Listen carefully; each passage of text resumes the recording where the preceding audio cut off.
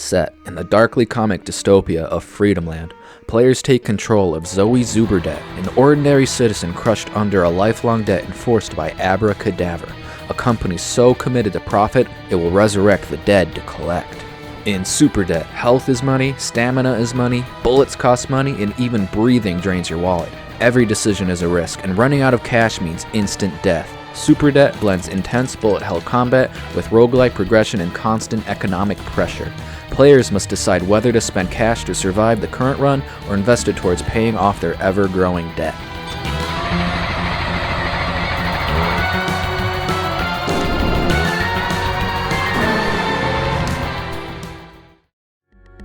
Hi, my name's Zachary, and in this video I'd like to show you around the current version of my game, Superdebt. I've been working on this game for around a year now. So far, I've done everything myself. The programming, the pixel art, the music, and pretty much anything else has all been done by me. I even wrote my own custom engine using Raylib. I've gotten this far on my own, but that's only because I've done everything by myself and as frugally as possible. With more funding, I could afford to bring in some friends to assist me with the work. This would allow Superdebt to be made bigger, faster, and better. So that's why for the last month or so, I've been working on my first Kickstarter campaign. If you're interested, please consider following the campaign on Kickstarter to be notified when it launches. If you can't support the game financially, there are other ways to help out if you're up for it. Wishlisting the game on Steam or sharing the Kickstarter campaign with your very rich and generous friend are both wonderful ideas. Anyways, back to the game. Right now, we're in the home area. This is where you'll get prepared before you go out into the world and fight monsters and stuff. There's a few machines here you can interact with. I'm going to save this one for later. This one's an ATM. It allows you to withdraw or deposit cash. You always start with at least $5, but you're going to want more than that. This machine allows you to change your equipment. Right now, there's two types of equipment: weapons and implants. I've tried to make every weapon interesting. One thing you might notice is that each weapon has a different difficulty. Most games like this would try to have each weapon share a similar complexity, but not in Superdebt.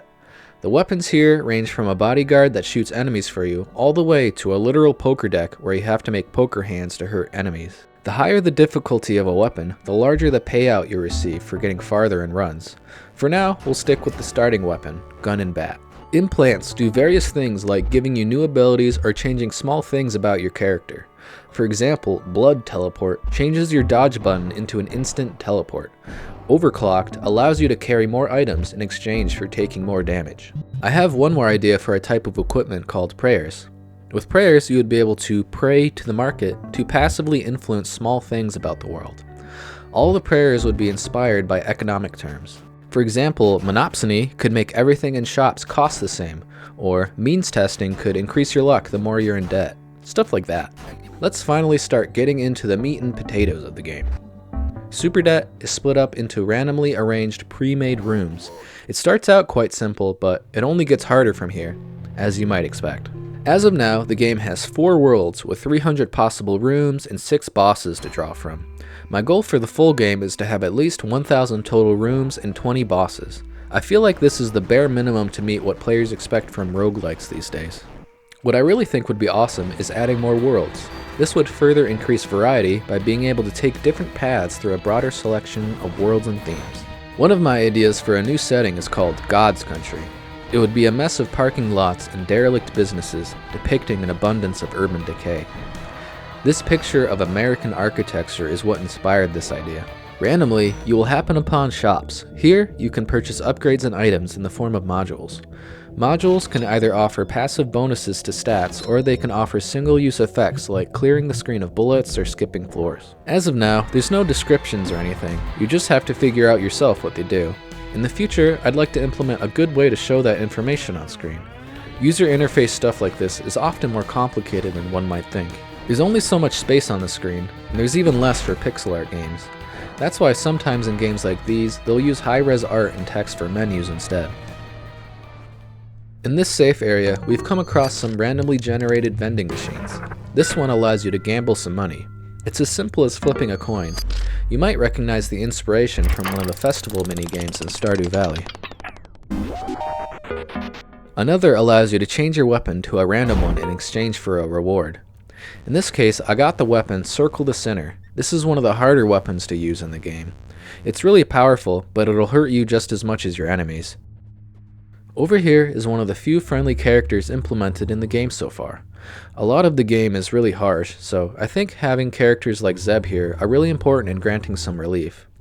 There's not much to learn from him at the moment, aside from the fact that he cares about his dog named Critter. One idea I have is being able to help pay off other people's debts, and in doing so, that would help grow your friendships with them. In Zeb's case, doing so might allow him to trust you enough to take Critter on walks, and they would be able to help you fight enemies and stuff. I'm sure you can see how easy it is to overscope a game. Super Debt was initially supposed to be just a half-year project, but I keep getting all these cool ideas. I really want to make something different and special, and that just takes time, I guess. My first game, Garbanzo Quest, has been performing better financially, so I feel a little less rushed when making decisions for Super Debt. It took a little over a year, but Garbanzo Quest has finally broken even on its development costs. I'm grateful it's starting to get noticed a little more. I think once it hits 500 reviews, that'll feel really good, because that's when it'll finally say overwhelmingly positive. Anyways, let's take a look at the first boss of the game. Bittersweet is my take on the creepy spider in the cave trope. As you proceed in the game, you'll unlock more bosses and runs will get more and more diverse. You may notice that a crowd has formed. They will sometimes participate in the fight a little bit. Right now the implementation is pretty simple. Every audience member can be either sympathetic or otherwise. Sympathetic members will sometimes throw you money to help you out. Non-sympathetic members will try and shoot you. This all depends on luck. In the future, I think it would be fun if they could do more things like storm the stage or tell you to do certain things for money. That wasn't so hard. Let's go to the next world. Sometimes, when going in between areas, Zoe will chime in with a little poetic monologue. I'm not a very experienced writer, so Zoe will often speak through quotes from songs I like. This is a quote from a song about factory farming. Very fitting for the setting we're about to enter. In between worlds, you'll often be asked to make a sacrifice. If you have nothing to give up, you can instead gain an indictment, which strengthens enemies and worsens your luck. I'm trying to create a feeling that you're losing things almost as quickly as you are gaining them, and this helps with that.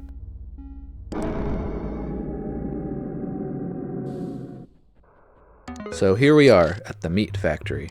There's an ATM, so we should probably bank some of our cash for later. There's also another one of the weapon vending machines. I'll take the bodyguard. I need a break from the evil yo-yo thing. The bodyguard will just shoot at whatever is closest to it. The trick is that you can dismiss the bodyguard from following you. This way you can have better control over their positioning.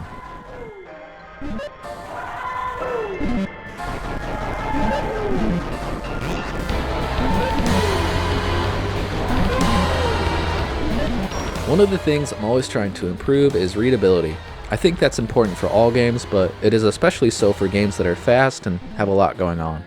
The game started out as pure grayscale with splashes of red, which definitely achieved the spooky and gritty vibe I was going for, but I did find it worsened the legibility a bit. So recently, I made an artistic change where all background elements tend to be a dark shade of green, and stuff like characters, bullets, or anything else important tend to be a bright shade of red.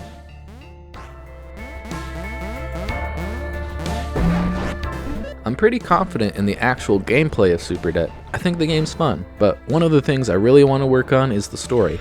I think that will be the key in elevating Super Debt from a good game to a great game. In my last game, Garbanzo Quest, it had some commentary here and there, but most of the dialogue was just really goofy jokes. So it'll be a challenge trying to do more than that this time.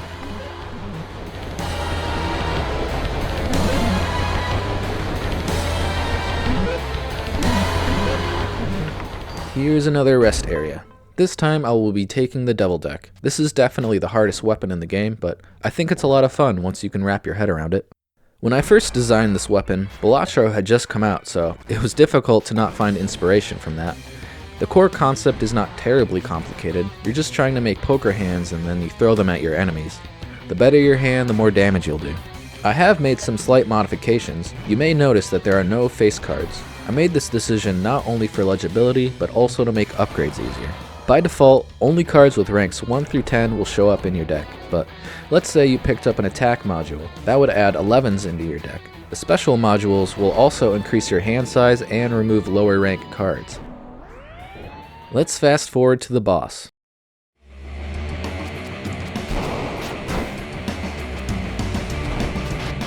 This is Derelict. They're a bounty hunter looking to collect, and there's nowhere they won't go.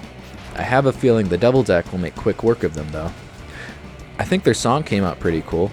Give it a listen.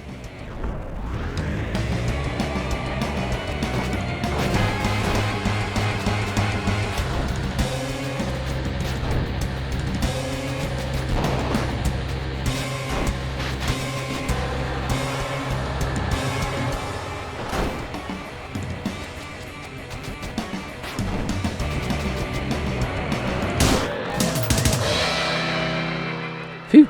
There's 2 more worlds ahead, but I think I'll call it there. So why don't I show you the game over screen now?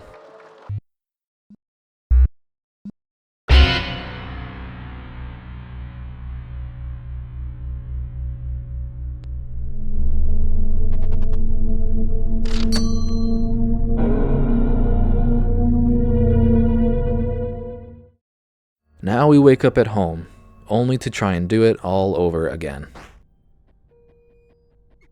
So, finally, I'm going to show you what this computer does. The computer allows us to go on the internet. This is a bit of a chill palette cleanser you can engage with between runs. Here you can spend your money on things like new weapons and craft modules for future runs. This is kind of like the Chow Garden of my game. With the assembler, we just pick a recipe and provide the ingredients. I think it's satisfying putting things together this way. When we're done, we can equip them through this menu here, which costs money of course. You could spend a lot of money making the perfect build, but you'd have to earn enough money on the next run to rationalize that. There's also a little guy you can get that will do things for you. In the future, I think it would be fun if you could feed them modules in order to make them smarter and more helpful. Or maybe they could even go on their own little adventures and bring back stuff for you to use. There's plenty more I could show off, but I think that's enough for now. If you like what you've seen today, please consider following the game on Kickstarter in order to be notified when it launches. This is my first Kickstarter, so wish me luck. It's now that I'd like to thank my patrons. It's your support that helps make these videos and more possible. Thank you to Mom and Dad, Rachel Feirman, Adaka, John Paul Gardner, DoujinShinji, Paka, Reese, Tyler McBride, Quinton McCollum, Vanglant, Jake Horsley, Vurj, Kurger, Zach, Yosi, Schmole, Skyler Powers, Patrick Holder, Ommelete Studios, Griimm, ThatOtherGalPerson, Leafcloud, Nacho, Osto, my MML Lucas, Paulo Leitão, Neese, ACarr, berrylly, Bazgrowl, Tony Youssef, Alex Howe, Rotaddy01, Sweaters, Alex Porkeo, Hot Dog, Nosa, Elta, Octo, Hey It's Me Joe, Swag Lazio, Wyatt Lee, William Askevold, Isofaro, and Beppo. Whew. Good luck out there, and see you next time.